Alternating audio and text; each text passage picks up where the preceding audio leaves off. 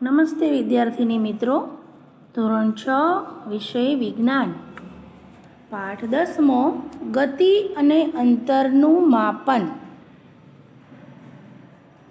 પહેલી તથા બુઝોના વર્ગમાં ઉનાળા દરમિયાન કરેલા પ્રવાસની ચર્ચા ચાલતી હતી.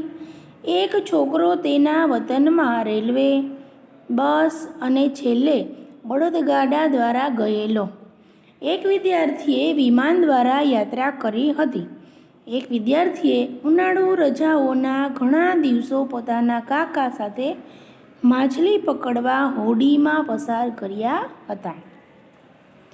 તેના પછી શિક્ષકે વિદ્યાર્થીઓને સમાચાર પત્રોના એ લેખ વાંચવાનું કહ્યું, જેમાં નાના પૈડાવાળા વાહનનું વર્ણન આપેલ હતું, જે મંગળ ગ્રહની સપાટી પર ચાલ્યું હતું અને પ્રયોગો પણ કર્યા હતા. તે વાહનને મંગળ ગ્રહ સુધી લઈ જવાનું કાર્ય અંતરિક્ષ યાન દ્વારા કરવામાં આવ્યું હતું. તે દરમિયાન પહેલી પ્રાચીન ભારત વિશે વાર્તાઓ વાંચતી હતી.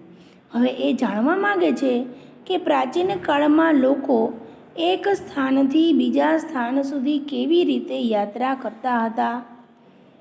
હવે આપણે તેમાં વાહન વ્યવહારની વાર્તા, સ્ટોરી ઓફ ટ્રાન્સપોર્ટ, એના વિશે આપણે ચર્ચા કરીએ. પ્રાચીન સમયમાં લોકો પાસે વાહન વ્યવહારના વધુ સાધનો ન હતા. તેઓ ચાલીને યાત્રા કરતા હતા તથા તેમનો સામાન પોતાની પીઠ પર મૂકીને અથવા તો પશુઓની પીઠ ઉપર લાદીને લઈ જતા હતા. પ્રાચીન સમયમાં જળમાર્ગોમાં અવર જવર માટે હોડીનો ઉપયોગ કરવામાં આવતો હતો. શરૂઆતમાં લાકડાના ટુકડામાં એક ખાડો એટલે કે પોલાણ બનાવીને હોડી બનાવવામાં આવતી હતી. ત્યારબાદ લોકોએ લાકડાના ટુકડા એકબીજા સાથે જોડીને હોડી બનાવવાનું શીખી લીધું. આ હોડી પાણીમાં રહેનારા પ્રાણીઓના આકાર જેવી હતી. પ્રકરણ 8 તેમજ 9માં આપણે માછલીના ધારારેખીય હોડી જેવા આકારની આકૃતિને આપણે જોઈ હતી. પૈડાની શોધ બાદ વાહન વ્યવહારની પ્રણાલીમાં અત્યંત મહત્વપૂર્ણ પરિવર્તન આવ્યા.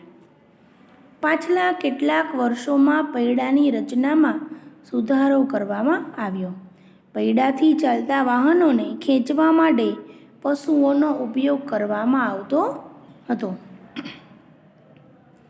19મી સદીની શરૂઆત સુધી વ્યક્તિઓ એક સ્થાનથી બીજા સ્થાન સુધી પરિવહન માટે પશુ શક્તિનો ઉપયોગ કરતા હતા. અત્યારે કેટલામી સદી ચાલે છે? અત્યારે 21મી સદી ચાલે છે. વરાળ યંત્રની શોધથી એક નવા જ શક્તિ સ્ત્રોતનો સમાવેશ થયો. વરાળ યંત્ર દ્વારા ચાલતી ગાડીઓ તથા માલગાડીઓના ડબ્બાઓ માટે રેલવેના પાટાનું નિર્માણ કરવામાં આવ્યું. ત્યારબાદ સ્વચાલિત વાહન એટલે કે ઓટોમોબાઈલ આવ્યા. પાણી પર પરિવહન કરતા સાધનોમાં મોટરથી ચાલતી બોટ અને જહાજોનો ઉપયોગ થવા લાગ્યો. અહીંયા જો વાહન વ્યવહારના સાધનો આપેલા છે. રેલવેમાં જો ટ્રેન છે, બસ, ગાડું, બોટ, વિમાન અને સાયકલ. 19મી સદીની શરૂઆતમાં વર્ષોમાં વાયુયાનનો વિકાસ થયો. ત્યારબાદ તેમાં સુધારો કરવામાં આવ્યો તથા તેને મુસાફરી તથા સામાન લઈ જવા યોગ્ય બનાવવામાં આવ્યા. ઇલેક્ટ્રિક રેલગાડી, મોનોરેલ, એક જ પાટા પર ચાલતી ટ્રેન. મોનોરેલ એટલે કે એક જ પાટા પર ચાલતી ટ્રેન કહેવામાં આવે છે. ત્યાર પછી સુપરસોનિક વિમાનો એટલે કે અવાજની ઝડપે ઉડતા વિમાનો. જેટલો અવાજ આપણો ઝડપથી અવાજ જેટલો ફેલાય છે તેટલો જ સુપરસોનિક વિમાનો છે તેટલી ઝડપે ઉડી શકતા. અંતરિક્ષ યાન 20મી સદીના કેટલાક યોગદાન છે? આકૃતિ 1માં પરિવહનના 10.1માં પરિવહનના વિભિન્ન સાધનો બતાવવામાં આવેલ છે. તેને પ્રાચીનથી અત્યાધુનિક મુજબ પરિવહનના સાધનોને સાચા ક્રમમાં ગોઠવો. શું તેમાં પ્રાચીન પરિવહનનું એવું કોઈ સાધન છે જેનો ઉપયોગ આજકાલ થતો નથી?